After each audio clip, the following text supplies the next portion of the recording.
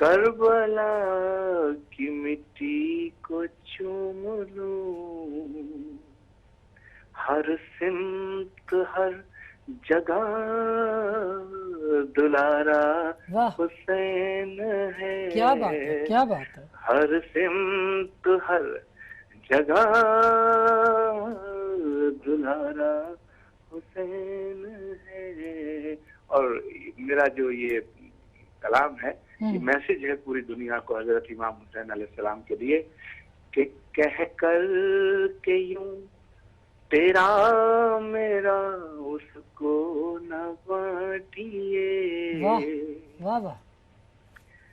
کہہ کر کہ یوں تیرا میرا اس کو نہ بانٹیے، ہم ہیں سبھی حسین کے، ہمارا واہ واہ واہ. حسین ہے، ہم ہیں سبھی حسین کے، ہم ہمارا حسین. ہیں سبھی حسین کے، ہمارا حسین ہے.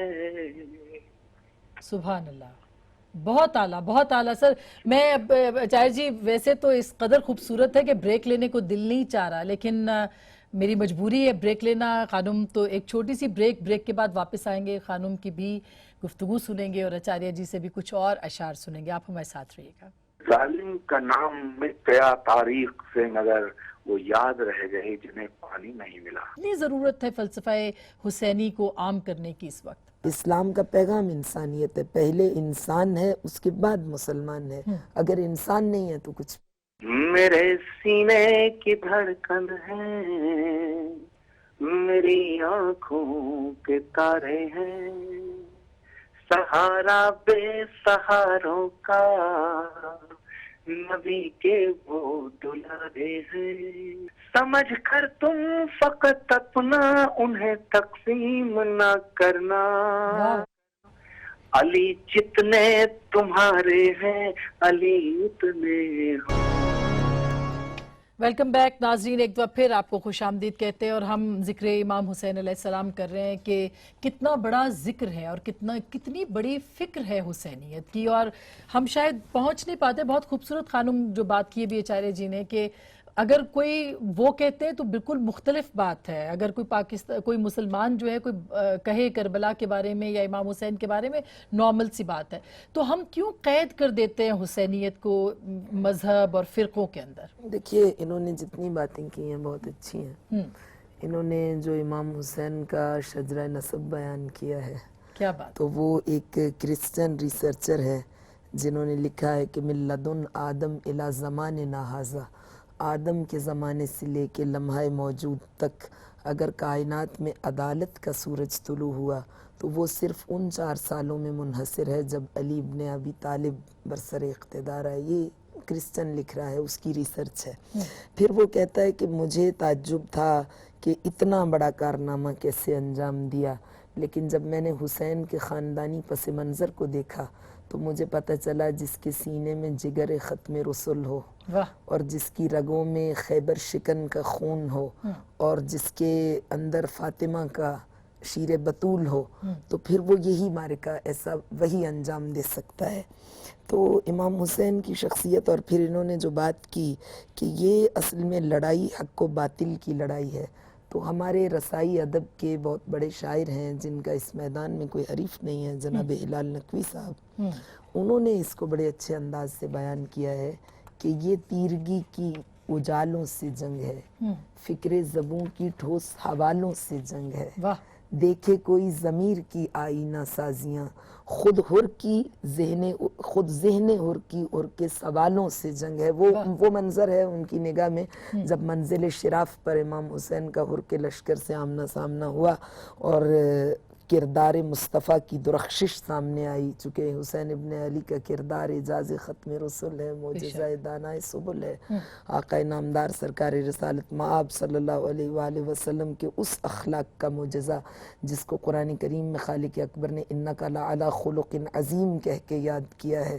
اور آقا نے خود فرمایا کہ انما بعثت لاتمم مکارم الاخلاق، مجھے مبعوث کیا گیا تاکہ میں اعلیٰ انسانی اقدار کو انسانی معاشروں سے متعارف کرا کے انسان کے اندر ملکات انسانی پیدا کر کے اسے انسانیت سکھاؤں۔ واہ، تو اسلام کا پیغام ہی انسانیت ہے، جس جیسا کی کہ یہ بات کہہ چارے رہے جی تھے، کر رہے تھے، ہاں۔ اسلام کا پیغام انسانیت ہے، پہلے انسان ہے اس کے بعد مسلمان ہے، اگر انسان نہیں ہے تو کچھ بھی نہیں ہے۔ تو بالکل واقعہ کربلا میں جو سب سے زیادہ بڑی چیز، اصل ہدف اور مقصد مقاصد بعثت انبیاء کو بچانا مقصد تھا، تو وہ مقاصد بعثت انبیاء کیا ہیں؟ وہ حقوق انسانی کی جنگ ہے۔